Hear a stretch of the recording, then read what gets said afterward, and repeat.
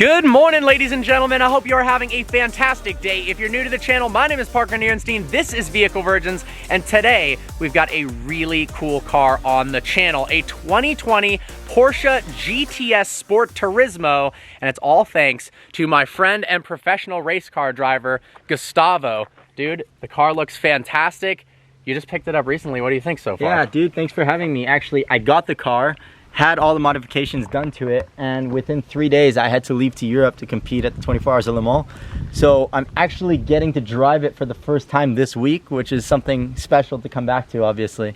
That is amazing. And we got to talk more about the Le Mans element, because it's not too often that I'm doing a review with a professional race car driver. So first, let's go over some of the specs, because this car has been revolutionized by Gustavo and a team of collaborators to make it a heck of a lot quicker. Under the hood of the GTS, 4-liter twin turbocharged V8 making 453 horsepower and 457 pound-feet of torque.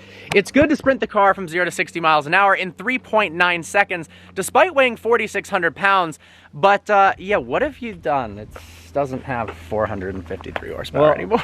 Obviously, it's always been my dream to have what I call the daddy wagon, and that's actually the license plates that are coming for it right now. The daddy wagon, I'm dead. And part of that came from inspiration from Yoon Olsen's builds, his RS6s, which have always been insane. So I've had the opportunity, thanks to Parker for also introducing me to some friends, but FI Exhaust has basically sent me a full Valvetronic exhaust with downpipes, so it's basically similar to the spec of an Urus with straight pipes. Got it. The car obviously has over 130 decibels of sound, but we paired that with a Gintani tune. Yeah, so how much is the Gintani tune cranking out of this thing? So we have taken it from 453 horsepower to just over 700. Wow. All-wheel drive, the car actually still power slides.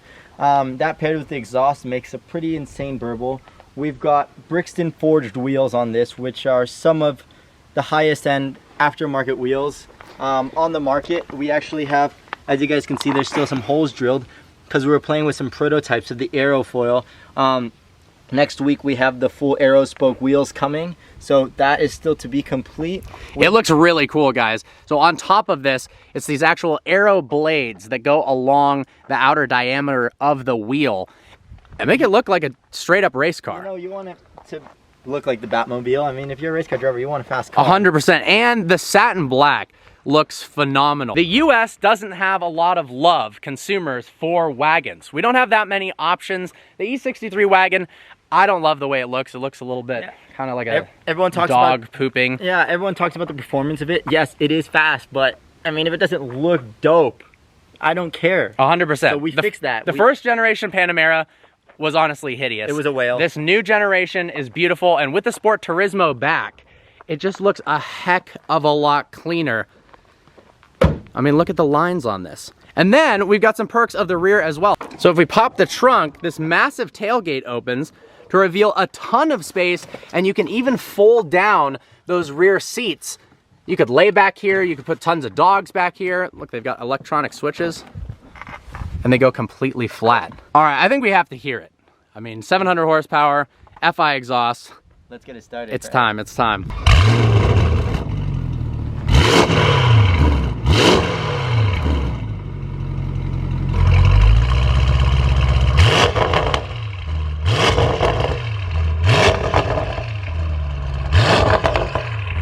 Oh my gosh, that's the difference between valves closed at first and then open. This thing sounds absolutely ridiculous. All right, I think it's time now to take it for a spin. The interesting thing is, so this is kind of the middle of the road in terms of Sport Turismo models. You can get the Panamera 4 all the way up to a turbo and then a Turbo SE hybrid, but you've kind of proven with the exhaust and tune. The Turbo SE hybrid makes 667 horsepower. It weighs more because it has the hybrid system, and yours now weighs less and has more power. Yeah, I would say for the consumer that is trying to buy this, this is just, when I did my analysis, this is the best bang for buck, because you actually have the exact same engine as the turbo, tuned down, and the Turbo SE hybrid, we're talking $100,000 more price. You have 450 pounds, I think, extra weight because of the hybrid. Yep. And although it's great 0 to 60 in something like 3.2 seconds, this bad boy is doing it in 3 seconds flat. So I believe it. That is epic. that. So MSRP on this was what, $135 base price? Yeah, this one is up to $150,000. Once you decide that you want to make it look like the Batmobile, you'll find yourself closer to $200,000. But it looks mean, dude. I mean, they say money doesn't buy happiness, but it buys cool cars, and that makes me happy. It does. All right, let's take this thing for a spin. Hopping inside the GTS now, and honestly, this is such a nice place to be. Like the interior quality, the fit and finish of all the materials, this 12.3-inch touchscreen. How's it worked so far for you, ergonomic-wise? Honestly, it's kind of coming from the G63 that I had before. Yeah. The dopest piece of crap on the planet, but they are dope. The tech is a huge step up. We have the exhaust valves literally to a touch of a button. We can adjust the ride height for comfort. Going into that, you actually have controls, and as you guys probably can't see right now, you can go ahead and adjust all the ambient lighting in the car. So they surround the speakers down there. We got blue colors. You can add percentages. We have the stopwatch package, which is pretty funny, not really necessary. And of course, the massive GPS. That is pretty nice. Paired with that, we actually have the GPS in the dash as well. So it's very comfortable. There's a few touches that are just completely unnecessary, but I mean, why not when you spend this kind of money? You have a touch AC unit, so it is fully adjustable by the touch of a button, which is pretty tricky. But then down here, they've removed a lot of the hard buttons and given the car these touch haptic feedback buttons. So anytime you click on it, it's got this nice feel to it, but nothing's actually moving. You're not clicking a button. I love the design layout of this. I know a lot of people were complaining about how many buttons they had in the Panamera before. They've simplified that a little bit, and it just looks nice. Coming over to the dash, we've got gorgeous typical Porsche steering wheel with driving mode selections, Sport, Sport Plus, Individual. The funny thing back is to you normal. can literally hear the exhaust just literally coming up as you know. That's one cool thing with this FI is that you can connect it directly with the car button, so you don't lose that play, you know. That sounds ridiculous. 8-speed double clutch PDK transmission mounted behind the steering wheel itself. Only one way to find out how that is, and that is to actually take it for a drive. Now, I thought of this cool idea because he's a professional race car driver, and we'll talk more about that. I'm gonna put a point of view camera on his head, have you rip a couple corners, and then we'll switch back to me in the driver's seat. Yeah, I've actually never been a passenger in my own car, so it'll be interesting to see how Parker drives. It will be interesting. All right, let's go. Control. Launch control. Oh my God.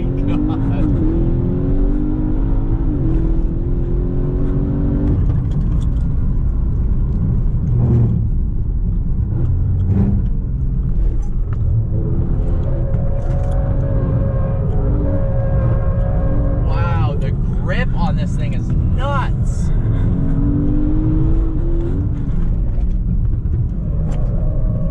You could actually feel the rear wheel steering kick in. Yeah.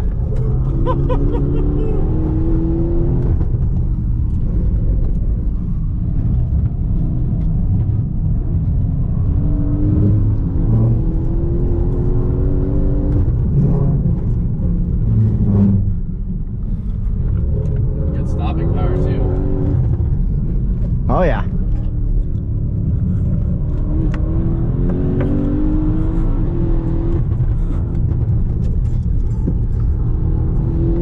I love the fact that you can feel the rear dancing around in this car, and it weighs 5,000 pounds. Yeah, it's nice. Like it's not just like a cruiser. Woo hoo hoo! My seat's getting warm here. Well, sir, shall I turn on the cooled seats for you? Yes, please. I am uncomfortable right now. There we go.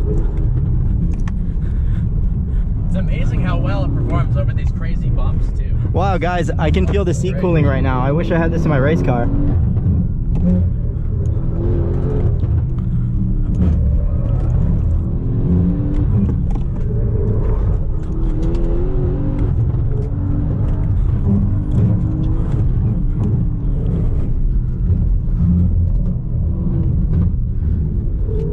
I think we've had a good little run. Yeah, I think it What'd you say? confirms that you are a fantastic driver, and this car is unbelievably capable. All right, guys, my time behind the wheel of the GTS. We're gonna start it off right in Sport Plus mode to get a feel for how this car handles.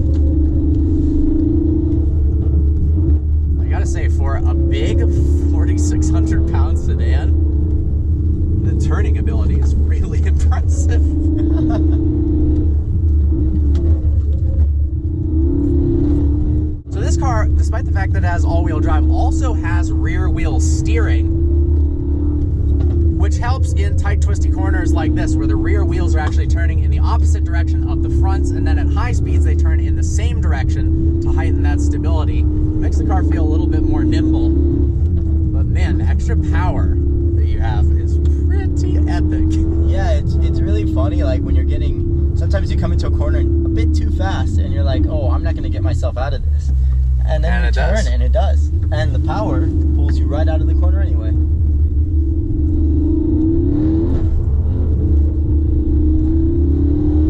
Many sports sedans claim to handle really, really well, but Porsche, with their steering, with their seating position, with the driving dynamics, the traction, I think nail it better than any other brand. I mean, this car feels more capable around turns than an E63 or an M5 does. And man, that exhaust sound is pretty ridiculous. It is ridiculous. It's hilarious when you get a guy that feels like a king and a Hellcat, and you pull up next to him in the daddy wagon. I like the daddy wagon, that's hilarious.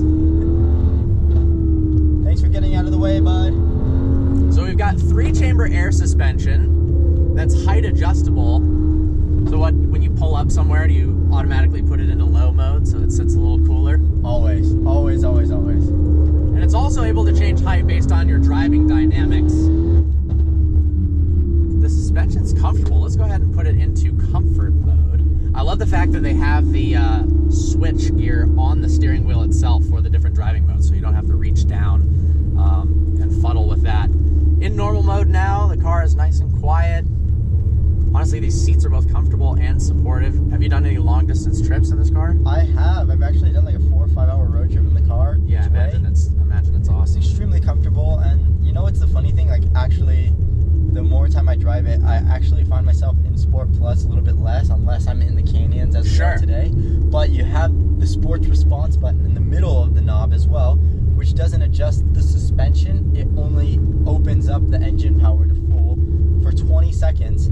So when you need to get around a car, for example, on a single lane highway, and it opens for, you know, a couple hundred yards, you can squirt right around them. And I've always preached that power is safety if you understand it. 100%. Because if you have another car coming on the other side of the road and you have a couple hundred yards to pass, you want that extra power, and this is instantly delivered at the touch of a button. Yeah, we got that sport response. Pops up on the steering wheel to just downshift it, even though I'm still in normal mode. With that 20-second countdown, passability and drivability. I like that feature, it's pretty cool. The transmission responds so damn fast. Porsche's PDK has always been one of the absolute best transmissions, a benchmark in the automotive community. It's interesting that now some manufacturers are switching from dual clutch back to automatics. We've got the new M3 coming out with an 8-speed automatic. We've got an 8-speed in the new M5.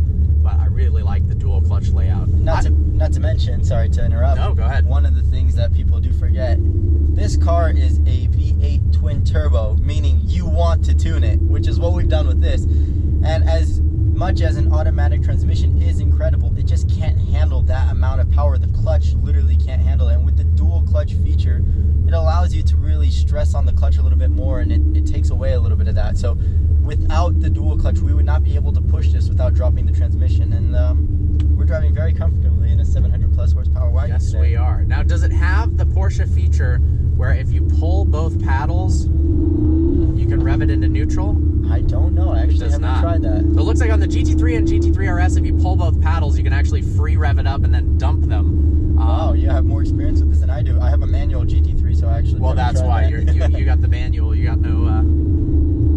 How is that? I mean, it's obviously a radically different car, but driving your manual GT3 compared to this.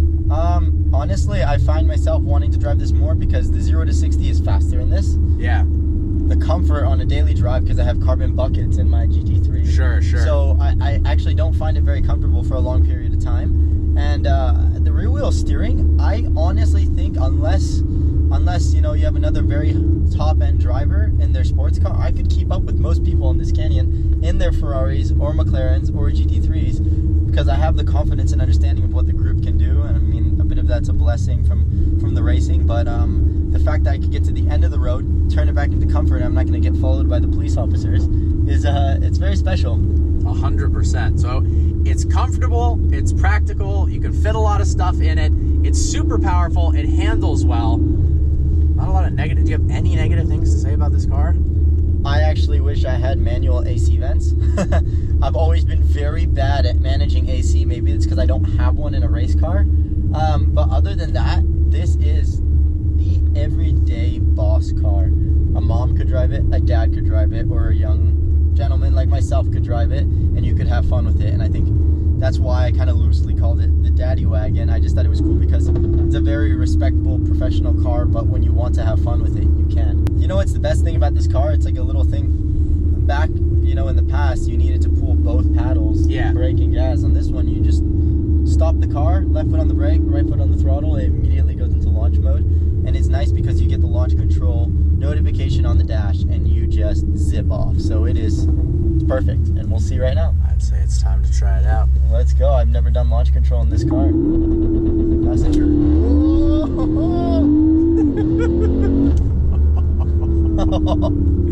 That is epic. That feels so much faster in the passenger seat. The grip off the line is actually pretty staggering in this thing. Wow. Porsche, you guys have done something special, and Gintani, FI, all of you guys have just taken that another step further.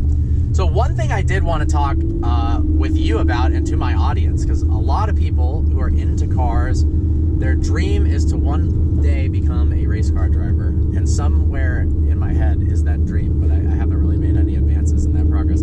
You are a professional race car driver. What division do you race in, and like what was the journey to get to where you're at? Because it's inspiring, to say the least. Yeah, honestly, it's funny. Parker and I actually met at a charity event a few months ago, or a year ago actually at this point, raising money for kids at a racetrack. And one thing that I love about motorsports and cars in general is that it unites people with that similar passion, whether you can hardly afford a Miata or you have a McLaren Senna or anywhere in between. And then there's the category of us professionals. We know we have one thing in common that's brought us all. My personal passion with motorsports came back from my parents are Brazilian, and the history watching Ayrton Senna. He actually passed the year I was born, but eventually watching the V10 era of Formula One, that was my childhood. That's when I was 4, 5, 6 years old.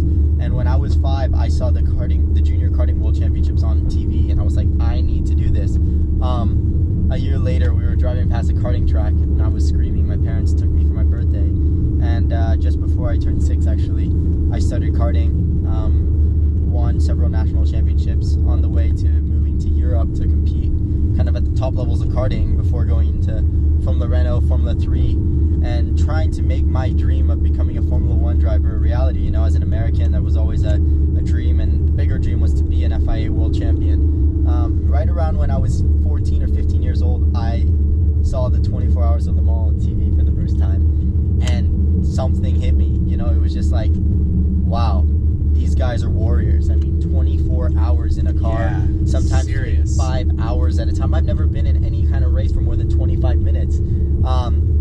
Going on and saying, I want to do this. In the end of 2015 came my opportunity when Alpine, which is one of the very historic manufacturers owned by Renault, offered me a rookie test, an evaluation out of Formula 3. So I went and did a test in what was then and still is the LMP2 category. I had a very good day with them and signed a week later, and we went on to win 5 out of the 9 races in the World Endurance Championship in 2016. That's insane. The 24 Hours of Le Mans as a rookie. And I became the first American in 35 years to win a world championship. You know, so I achieved one of my biggest dreams, and eventually... Kudos to you, man. That's freaking ridiculous. And I eventually had the opportunity to move up into LMP1, which, 5 years ago, 6 years before, I had just discovered, which was like a dream, these warriors racing there, and I got to have my crack at LMP1. And 2018 I was on the overall podium at Le Mans again, and last year we were 3rd overall in the World Championship.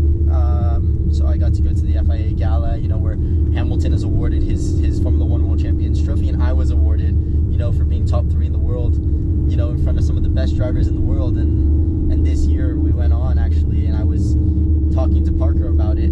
2 weeks ago I was racing at the 2020 24 24 Hours of Le Mans LMP1, and I set the second fastest of all time lap around the Circuit de la South, which is something insane, you know? That's pretty nuts, dude. I mean, you don't just show up and do that. You want to have the fastest of all time, but given the situation of that day, that was, you know, that was something special, being on the front row of Le Mans, and we actually finished second at the 24 Hours of Le Mans this year, just one short of the win, and there's a lot of big things coming in the near future. So obviously now I have this kind of COVID interesting period to be at home and enjoy this car and hit the roads with friends like you, and I'm excited to be here today and just show you guys a little bit of what I have on the personal side, which is this daddy wagon.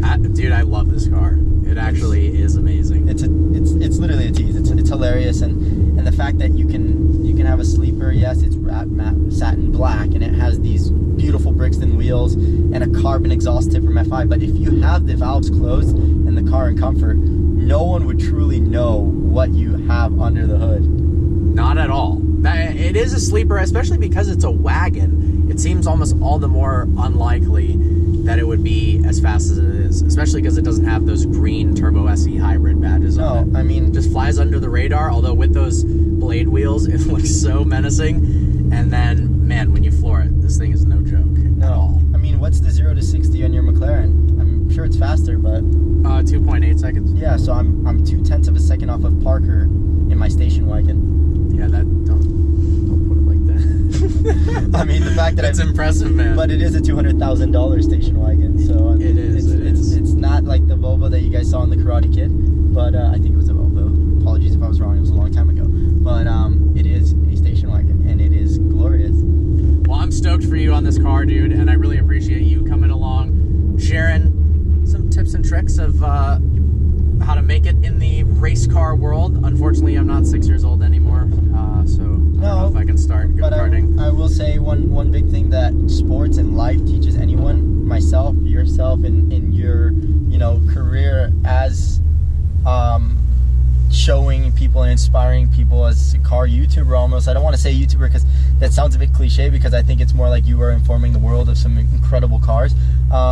You hit walls and you hit people that don't believe in you. You have criticism, you have difficulties, and I think perseverance is the biggest thing in the world. I mean, when you're doing your laps around Le Mans or you're doing something, there will be people saying you can't do it, that you're not good enough. All you can do is bite your lip, be quiet, and do the job, and it gets you far. And sometimes you make mistakes. I'm one to know. I mean, I've made a lot of them, but if you don't keep pushing and learning from those mistakes, you don't get there. And so I think if you ever want to make it as a race car driver or anything else, or just enjoy, you just don't let the people talk you down. You just do what your dreams are and make them happen, work for them, and keep pushing. That's some serious information, guys. Well, I hope you enjoyed today's video. Like always, please browse the channel and subscribe. Make sure to check out Follow Gustavo. I've got his link to his Instagram in the description below at the top line. Thanks again, dude. Thanks for having me, bro. This is a blast. All right, guys. Peace.